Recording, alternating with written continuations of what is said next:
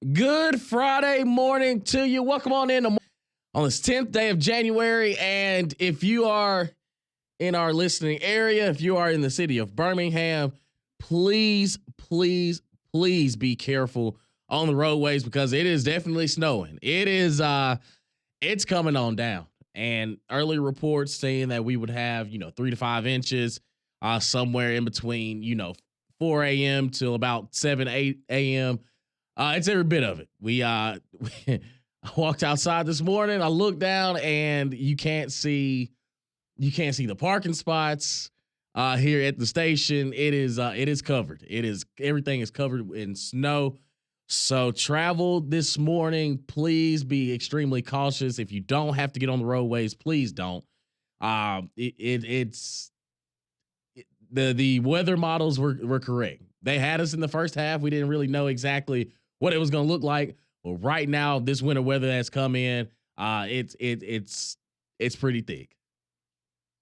Yeah, I mean, I will admit it was kind of cool. Me and Damon got to have a sleepover last night up here at the station, and we did. You wake up and you look out the window and you're like, oh, it actually happened because we've talked about this before, and I know a lot of the people listening have been through more than we have because we went through 2014 where it looked like we're not going to get a whole lot, and then it turned into the snowpocalypse, and then I know a lot of people around for the blizzard back in 1993, and we're not in that territory right now, but it is you kind of hear these, oh well, it's gonna be really bad, and then oh, it's actually not gonna be that bad, maybe just a lot of freezing rain, and then you wake up and you're like, oh, I'll be darned, there it is. So yeah, if you enjoy your snow day, go do that. Like Damien said, wouldn't be testing the roads, especially at this time of day. We'll see how it progresses throughout the day if it warms up and some of this is able to go away. But yeah, certainly would recommend staying off the roadways this morning. And yeah, go play in the snow. Yeah, and there's going to be plenty of it. There is definitely plenty of it here in the city of Birmingham. So just be aware, be safe. But definitely get out there and have some fun because it feels like it's going to stick for a while. Today, 205-834-9450. You can text in your snow pictures. You can text in what you're doing in the snow. But right now, I think the college football landscape is definitely starting to shift as we had the college football playoff semifinal matchup, one of the semifinal matchups last night between Notre Dame and Penn State. And quarter by quarter, you kind of understood how this game was going to go. It was extremely physical, as there were no points scored in the first quarter. Kind of figured, okay, this is going to be a heavyweight fight. If you didn't get a chance to turn on that game until about the fourth quarter, that quarter by itself was completely different from everything that had happened up until that point. But Notre Dame finds themselves in the national championship game as they knock off the Penn State Nittany Lions 27-24 in a back and forth game. And when it came down to quarterback decision making for both Penn State and Notre Dame, it felt as though both quarterbacks were trying their best to absolutely give it to the other team.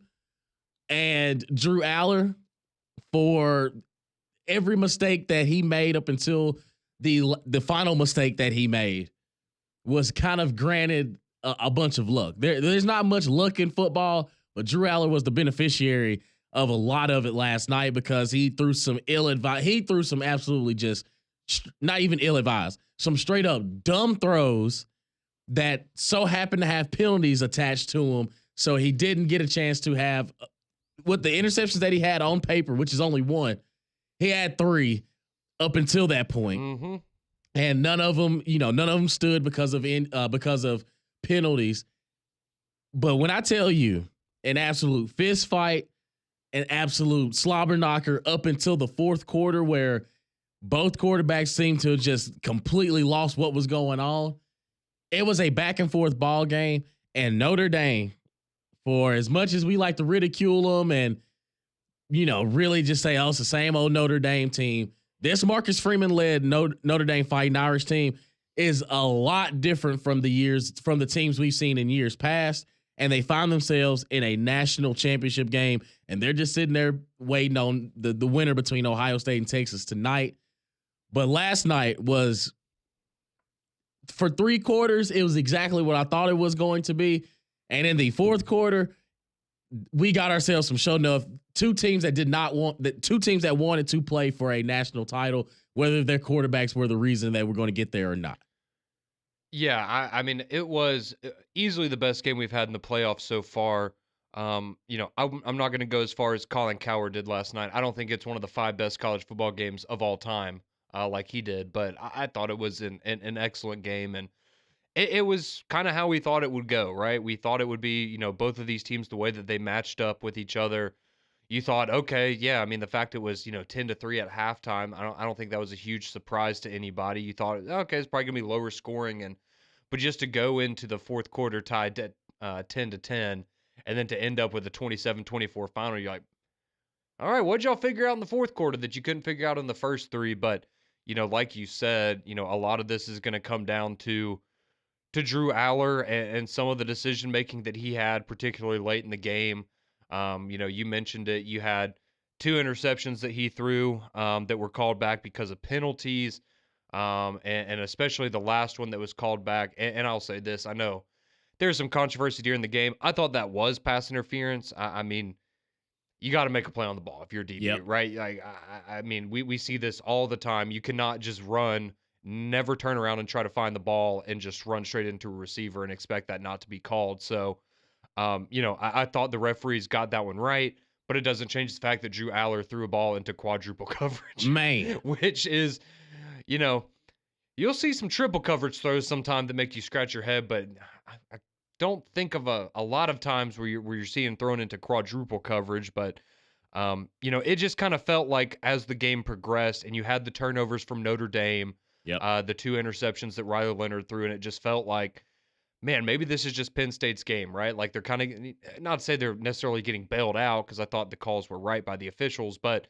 they're getting a little lucky in some of these situations. They're making some ill-advised decisions, and they're not having to pay the consequences for them. Well, cue the end of the game, and Drew Aller, who after the game says he was trying to throw the ball into the grass, essentially, just like to ground it, and he wasn't anywhere close to that because he threw a terrible interception, and you're just kind of sitting there and you're going, yeah, I mean, this is that's karma, right? Like you got bailed out for making a couple bad decisions throughout the game so far, and now you're going to keep testing fate, and eventually it's going to come back to bite you, and it did. And then Notre Dame's able to, ice the clock, move the ball a little bit. Mitch Jeter kicks a field goal, and that's all she wrote. So it was a fantastic game, but that is a game that is going to haunt Drew Aller for probably a long time. Granted, he's coming back to Penn State next year, so he's going to have an opportunity to get back here, and there's certainly, still, commendable. They made it, Penn State made it to the Final Four. They had a fantastic season, but it wasn't a great quarterback performance from either guy last night. And I think if you're Penn State and, Drew Aller being a former 5-star quarterback and a guy that's been there for a while, you probably need to see a little more from a guy like that, right? You're hoping that maybe, okay, in crunch time, this is the guy that's going to lead us to the promised land. This is the guy that's going to get us to a national championship. And instead, it's going to be the quarterback from Fairhope, Alabama, playing in the national championship. And shout out to Marcus Freeman, man, 39 years old today. Happy birthday to him. Pretty good way to celebrate, I would say, with the win last night. And this is a crazy stat. We heard about this earlier in the week on 3-Man Front. So every coach at Notre Dame that's won a national championship has won their first national championship in their 3rd season as the head coach at Notre Dame. 3rd season as the head coach at Notre Dame. Yep. For Marcus Freeman. Dog. So we'll see how it goes on January 20th, and whoever they have to face off against, we'll find out tonight. But it's a heck of a game, man. It was indeed. And it seemed as though Penn State, you feel like you really blew it. And to be honest, I hate to pile on a guy, but the passes that Drew Aller was making, you just can't. It just, and I know Greg on the call last night was, saying that he, Drew Aller wouldn't put it in harm's way. And literally 2 plays later, just absolutely, just sails it to Notre Dame's defense. And shout out to Notre Dame. And when you look at the stat line for both quarterbacks, Riley Leonard, 15 for 23, 223 yards, a touchdown, 2 picks. And Drew Aller, 12 for 23, 135 yards, no touchdowns and a pick. But Penn State ran for 204 yards. And it seemed as though, like, listen, just hand it off to Nick Singleton and Katron Allen and let the chips fall where they may. But it felt as though that you put a lot of your pressure on Drew Aller at the quarterback position to make, smart decisions, and he didn't. And to be fair, this is a stat that is, it'll be a fun trivia question one day, and I'm sure you'll hear it multiple times today. Penn State did not have a wide receiver make a catch last night. Nope. Think about that. And part of that, you can go and look at Drew Aller and go, okay, well, maybe that's some missed opportunities there. But you also, have to look at that as, okay, maybe this guy doesn't have the most help. We know how great Tyler Warren is, his tight end, who, was a top 10 finisher in Heisman voting. But I just that's such a wild stat where outside of a military academy or a team, just teams that run very niche offenses, you don't see that. A team like Penn State, you are one of the 4 best teams in college football based on where you fell in the bracket this year, and you don't have a wide receiver that made a catch for you in your semifinal game. That's a problem. Yeah. I bet Keandre Lambert-Smith, I bet they would have liked to have him this year. Yeah, and Tyler Warren, if there was one takeaway for Penn State, is number 44 for Penn State is an absolute dog. And any time they wanted to give Tyler Warren the ball, he made an impact. Mm-hmm.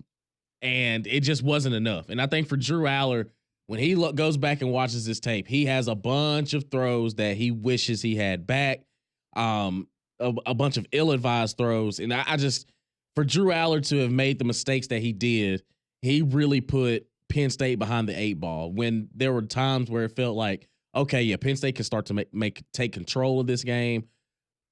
That second half was all Notre Dame. Mm-hmm. It was all Notre Dame, offensively, defensively, and shout out to one of the targets for Riley Leonard and Jaden Greathouse. And if it had not been a name that just jumped off the page for you all season long, but big time players make big time plays in big time situations. And there was that poor DB. It was him and a Penn State defensive back and a whole bunch of green grass. And Jaden Greathouse makes a cuts back inside.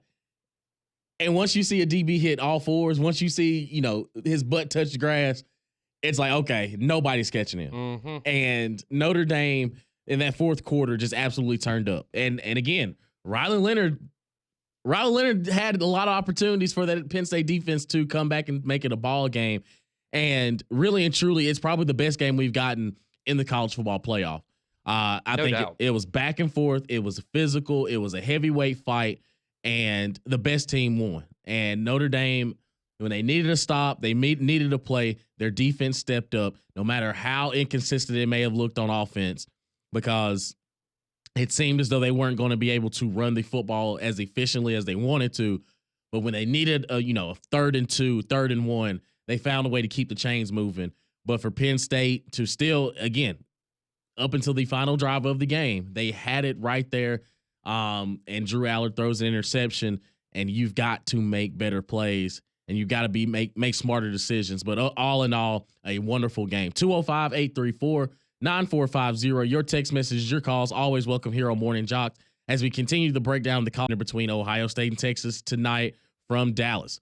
What are your takeaways from the game about Notre Dame's win? Are you confident that they could pull off an upset or Ohio State? But what are your thoughts on the semifinal matchup last night between Notre Dame and Penn State? And we'll keep the conversation going on the other side. Keep it locked right here on Morning Jocks and Jocks 94.5.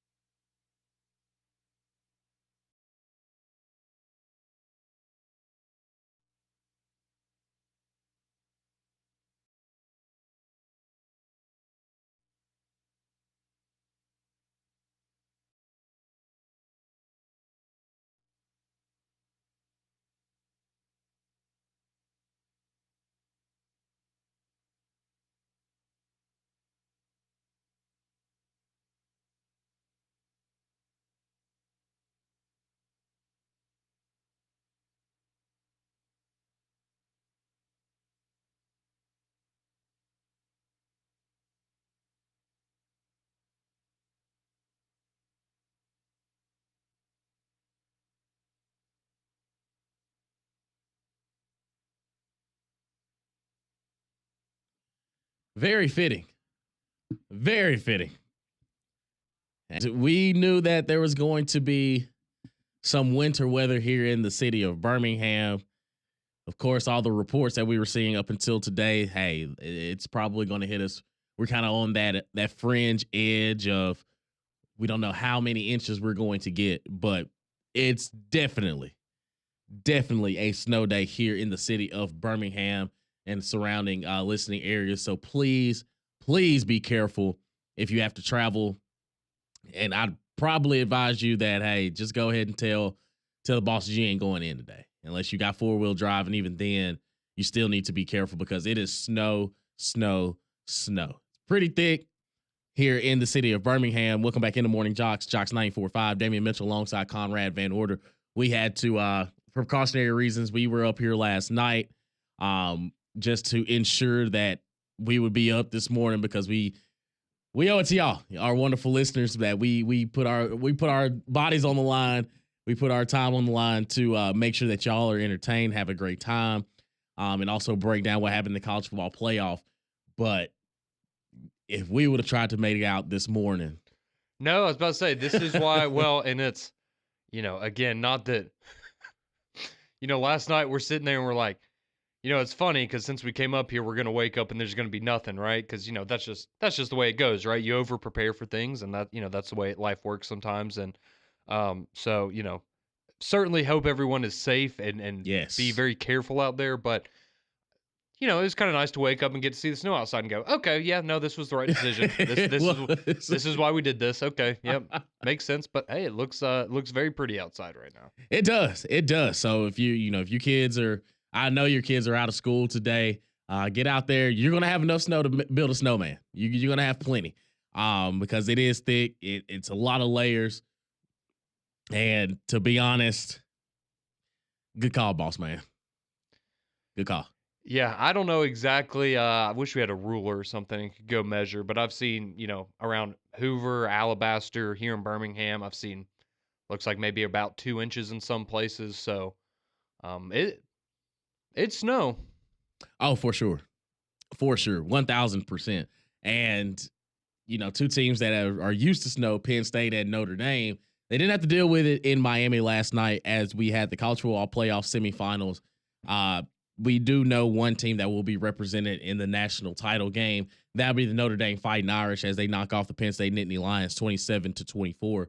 And as we dive deeper into the ball game from last night, Drew Aller is probably going to be the biggest takeaway because some of the throws that he was making in the ball game, you just kept questioning, okay, Drew, are you honestly trying to sell this team out?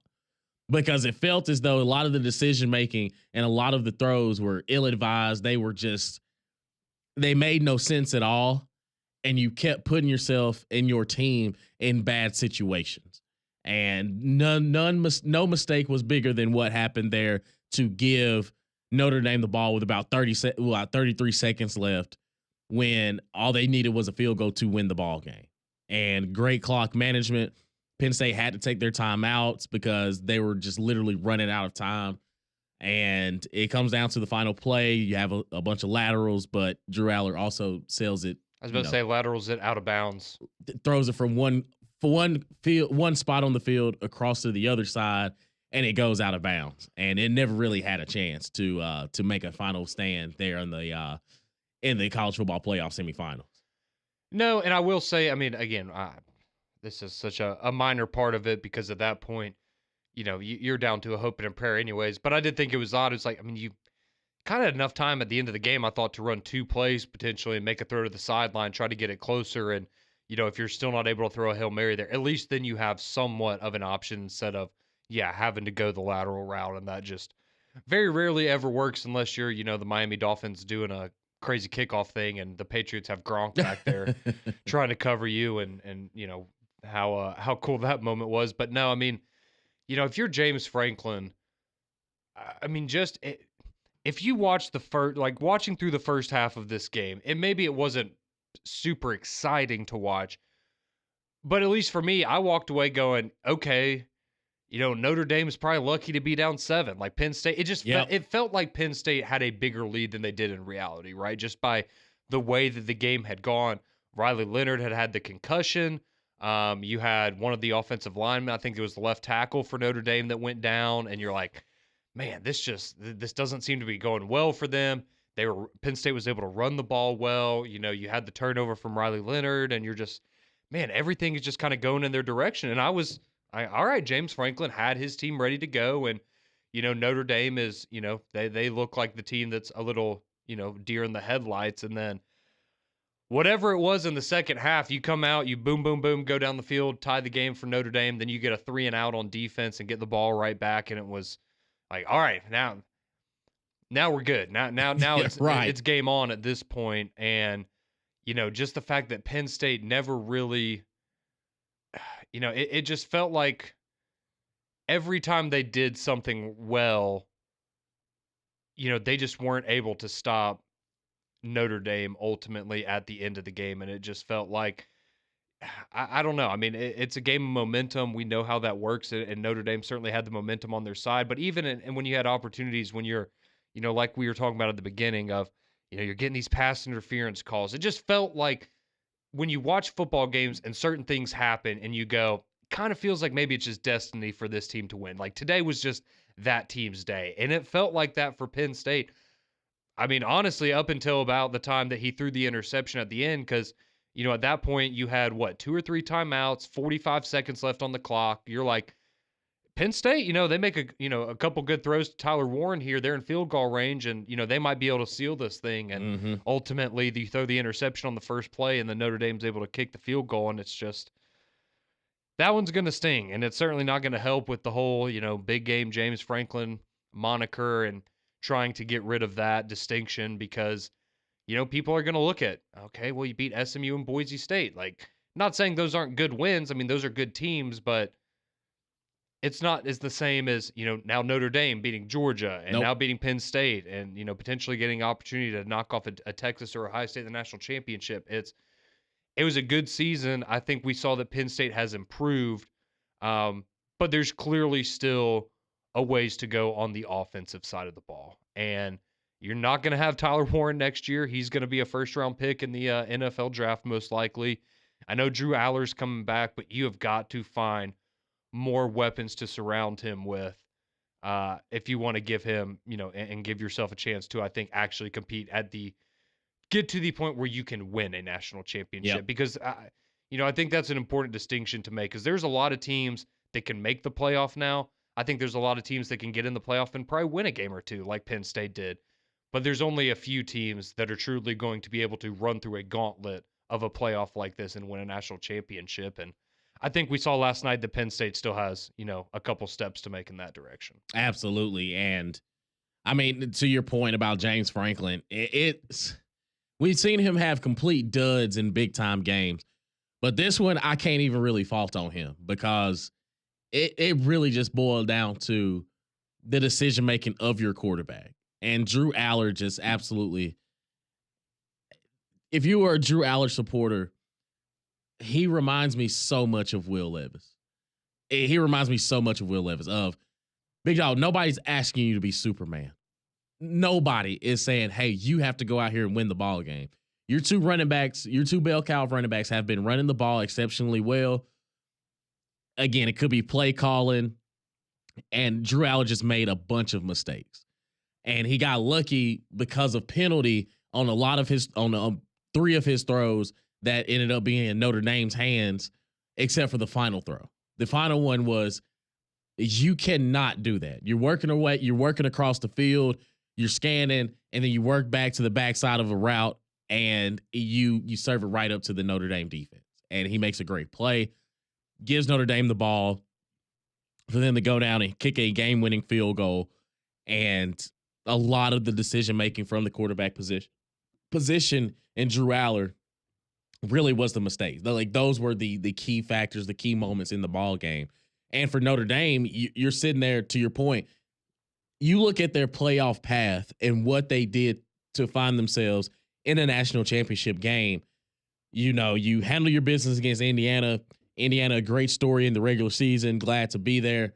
But you really started to turn a lot of people's heads towards you after you knock off Georgia the way that you did. And you were the more physical team. Mm-hmm. And anything that Georgia really threw at you, you had an answer for. Riley Leonard, putting his body on the line multiple times, in which he did last night. But also you follow that win against Georgia and the way that you go out and really make it difficult for Penn State. Now, not to say that Penn State wasn't talented.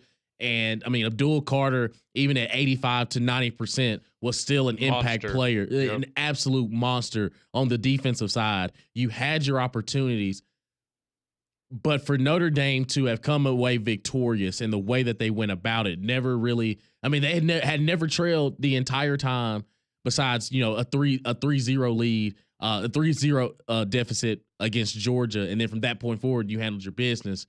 But overall, Notre Dame sitting in the national championship game shouldn't come as a surprise because of that loss against Northern Illinois.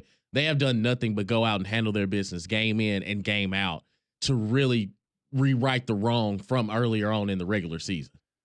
Yeah, I mean, it's been an exceptional turnaround, and that's what I couldn't get out of my head last night watching the game is, it wasn't that long ago that we watched this team lose to Northern Illinois, and you're like, oh man, things might get kind of ugly at Notre Dame this year, and now here they are going to play for a national championship. I just never in my wildest dreams did I think that I would be saying that, especially after watching that game early in the season. And yeah, they've been on a remarkable run, and Riley Leonard didn't play his best game last night. I mean, he said that, if you heard him post game there on the field doing an interview, but he showed up when it mattered, right? He showed up when he needed to.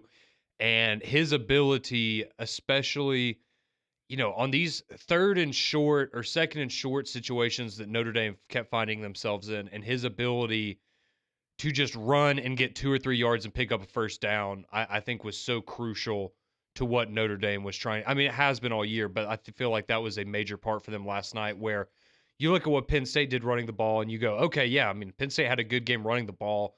It just felt like maybe Notre Dame was more opportunistic, or when they did have the runs, they got the runs they needed to extend their drives. And I thought that was really, really impressive. And, Riley Leonard, he made some good throws. But I think we can also agree that depending on who wins the game tonight, we'll see. But, Notre Dame's going to have a big challenge ahead of them coming up on January 20th, and you're going to need you're going to want guys to be healthy. I know Jeremiah Love's still not 100%, even though he hurdled that dude late in the game. And you're like, you have a knee injury and you're hurdling people right to get back to the line of scrimmage? Like, okay, big dog. But yeah, I mean, hats off to Marcus Freeman. Seriously, he's been, he's fantastic. Again, the joke's been made plenty of times, but just to think about the situation with Brian Kelly and him wanting to leave and go to LSU because, we can't compete for national championships at Notre Dame. It's hard with, the academic restrictions and trying to recruit to that level. And, we just can't get the same caliber of guys that they have in the SEC. So I'm going to go to LSU and hopefully win a national championship. And, I think he's in a very interesting spot in his tenure in Baton Rouge right now. And this is going to be a little bit of a make or break year for him at LSU. Meanwhile, I guess the guy that, some people probably thought Notre Dame settled for, went for the easy option with the guy they already had on staff there, and Marcus Freeman.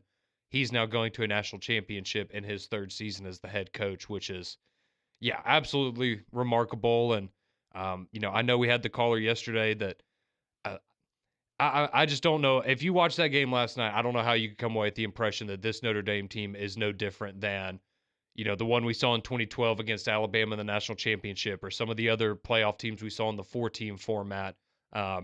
This team's for real. And they, I expect them to have a very realistic chance of beating either Ohio State or Texas on January 20th. And yeah, I can't say enough about how impressed I am for both of these programs to get to this point in the season, but especially for Notre Dame to be playing for a national championship after that loss early in the year. Yeah, and who will they be playing? Ohio State and Texas set to do battle from Dallas in the Cotton Bowl tonight. That game kicking off at 6:30 on ESPN and a host of ESPN networks. So who will the Notre Dame Fighting Irish be preparing for? We'll take a look at the college football semifinal matchup between Texas and Ohio State. Get your phone calls, your text messages as well. 205-834-9450. Go ahead, Conrad. Okay, sorry. I just saw this stat. This will be the last thing on Notre Dame and Penn State. Marcus Freeman has beaten more top 5 teams in the last week and a half than James Franklin has in his entire time at Penn State. Oh, boy. Just throwing that out there. Here we go. James Franklin, body ain't even cold yet. Can't even let it get cold yet. And here we go. Thanks a lot, James. You had your opportunity. Blame Drew Aller. Just blame Drew Aller. Yeah. When all else fails, just blame Drew Aller because he did kind of put this team in a bind. And now they're heading home. They're heading home, and he says he's returning to school. I think he should. I think that he has shown another year in the college level could actually give him some. So it could actually give him some help at the college football semifinal between Texas and Ohio State. Who will name in the national championship game? All that and more when we return here on Morning JOX and JOX 94.5.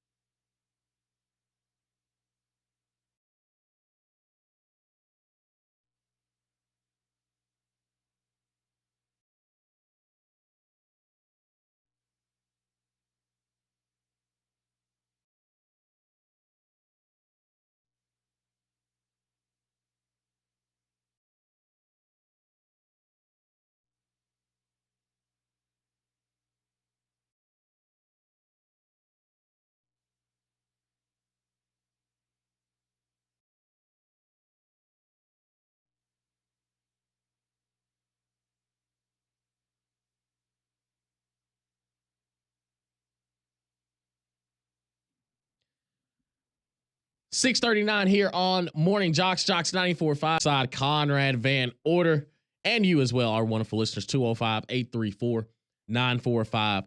0. Hopefully you're staying alert and weather aware because the snow is definitely piling on here in the city of Birmingham.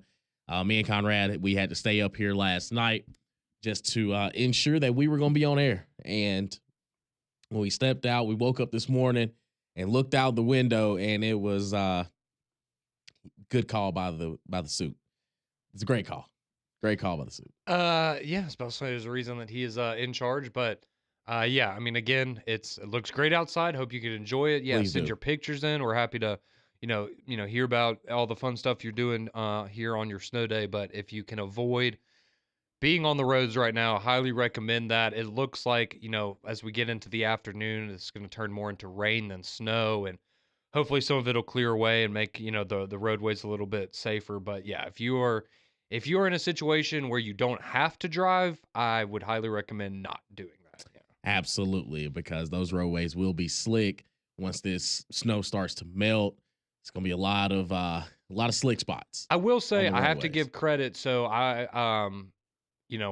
before we came up here last night, um, I was at the summit, and there was they had some places where they had actually put salt out on the sidewalks and things like that, which I have never seen that before as a like preventative measure here, in the sense of, a lot of times when stuff like this happens, we find ourselves kind of scrambling to figure out how to make it easy for transportation and things like that. So I was like, all right, so look at us, Birmingham. We're putting salt down on the roads. Like, yeah, you would think we were, in Lincoln, Nebraska or something right now with this level of preparation. But that was good to see that it looks like some places, at least around where I live, it seems like we're taking precautionary measures, and hopefully it'll be easier for people to get around. And yeah, just be careful if you have to go outside and bundle up.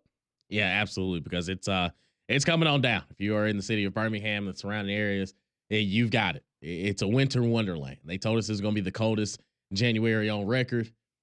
We're starting to see evidence of that because of the snow that has approached us. And please be careful if you don't have to travel. Please do not get behind the wheel, um, because it looks like it's going to be sticking for a while. So we had one college football playoff semifinal matchup go down last night as Notre Dame knocks off Penn State 27-24.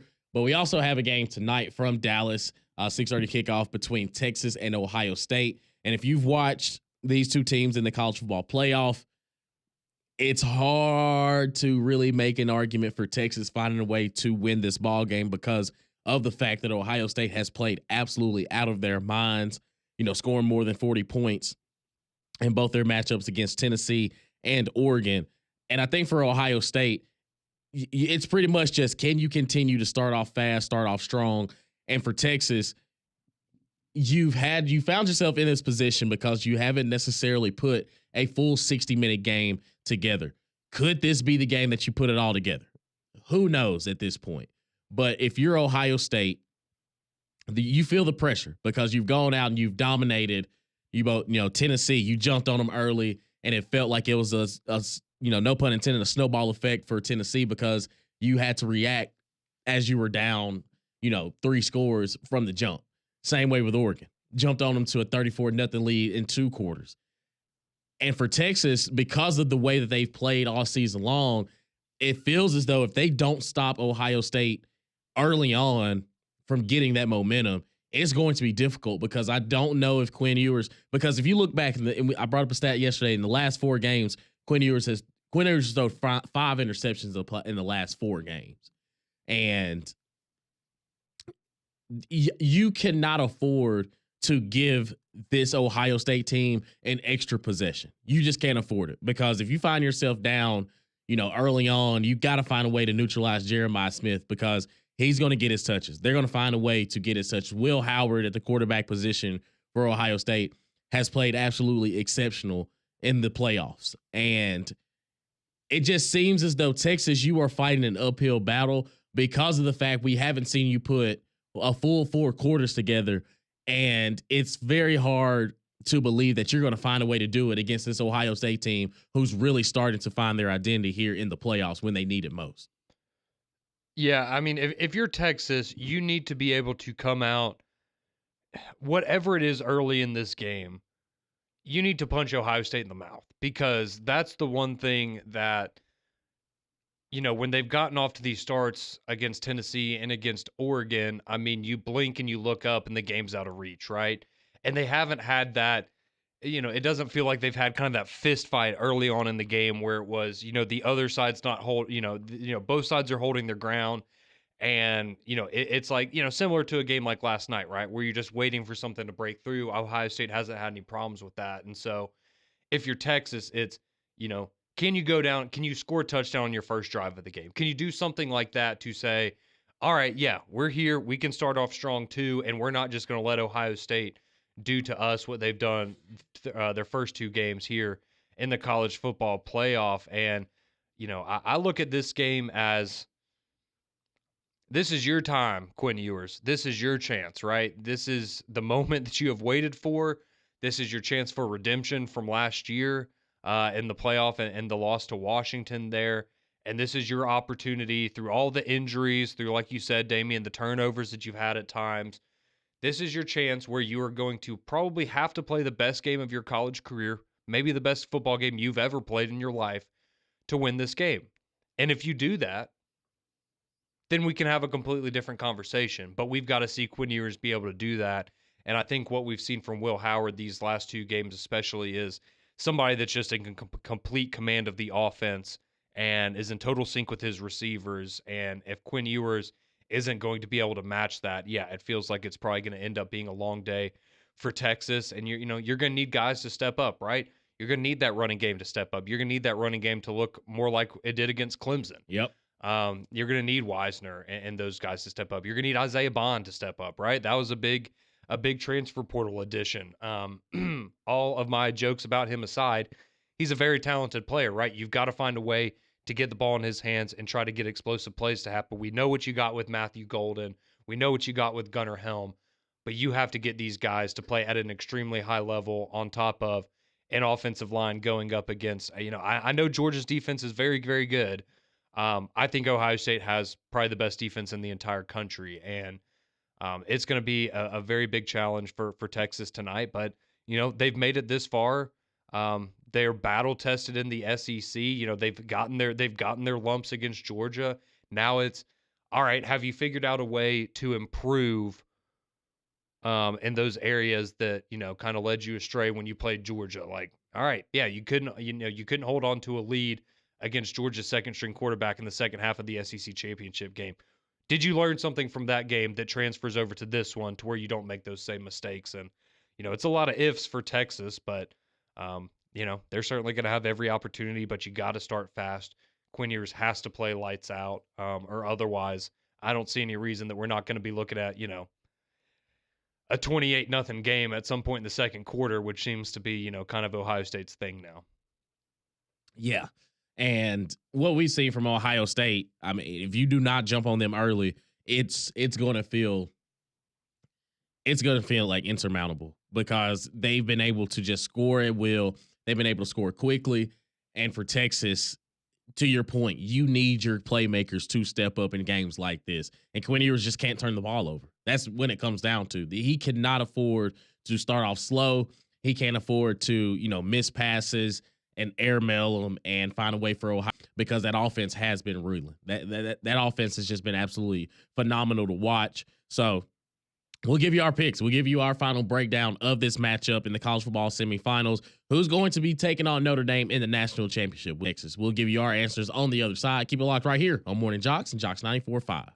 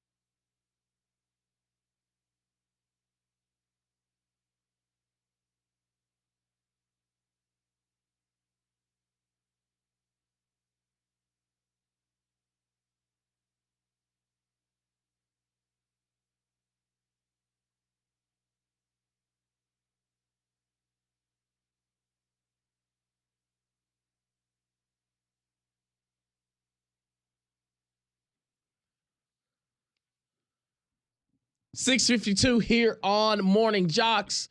JOX 94.5. Damian Mitchell, Conrad Van Order here with you for a few more moments as we get you set for McElroy and as both guys there in Miami to get a firsthand look at what went down between Notre Dame and Penn State. You don't want to miss their 3 hours of matchup with Texas and or Ohio State in a national championship game moving forward. So as we take a look at the Cotton Bowl again tonight, coming from Dallas, it's hard for me to really find how it's very hard for me to find a way that Texas wins this ball game because a lot of it's just more optimistic thinking than what I have seen between, in two games in the college football playoff between both Ohio State and Texas, where Texas, they played around with Arizona State, almost let one guy come back and beat you. Yeah, they beat up on Clemson, but it never really felt they took that game over. I mean, it was a one-score game in the fourth quarter, and I mean, you did have the long touchdown that kind of sealed it. But yeah, I mean, they didn't run away with it. Not at all. And I think for Ohio State and what they've done since their loss to Michigan, I mean, all they did was go out there and, hang, over 40 points against both Tennessee and Oregon. Because of how these offenses looked, I think Texas is a better opponent than what you've seen in both Tennessee and Oregon. But I still don't think Texas has enough. And I think that Quinn Ewers, what we've seen of him in the college football playoff, it hasn't really felt as though that he has taken games over and really put Texas in good spots. And I just think Ohio State, with the roster that they have and the way they've been executing the past two games, I think that they are just on a roll. And I think they find a way to beat Texas. I'm not going to say that it's going to be an absolute blowout that we've seen early, like the past two games. I do think that Texas keeps it close, but I think Ohio State wins by at least 2 scores. Yeah, see, that's my thing is, I don't know what, based on their first two games, I don't know what you would deem as close for, a loss to Ohio State. But yeah, I mean, I'm with you. I think they're going to win by double digits. It feels like Quinn Ewers is going to have to play the best game of his life or Ohio State's going to have multiple turnovers, stupid penalties. They're going to have to almost beat themselves. And yeah, they have so much momentum right now. They have so much confidence in what they're doing out on the football field. It's hard to go against Ohio State, man.